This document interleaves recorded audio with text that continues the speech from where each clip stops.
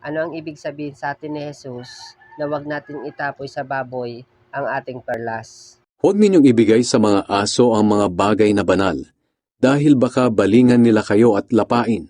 At huwag din ninyong ihagi sa mga baboy ang inyong mga perlas, dahil tatapak-tapakan lang nila ang mga ito.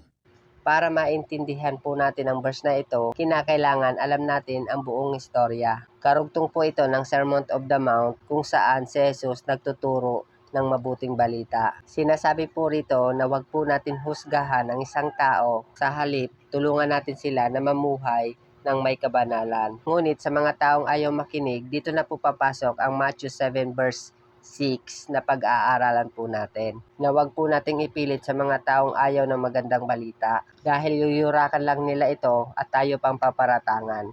Ngunit hindi ibig sabihin ipagkakait na natin sa kanila ang mabuting balita. Patuloy pa rin po tayong magpatotoo na ang Diyos ay mayroong mabuting balita para sa lahat ng tao.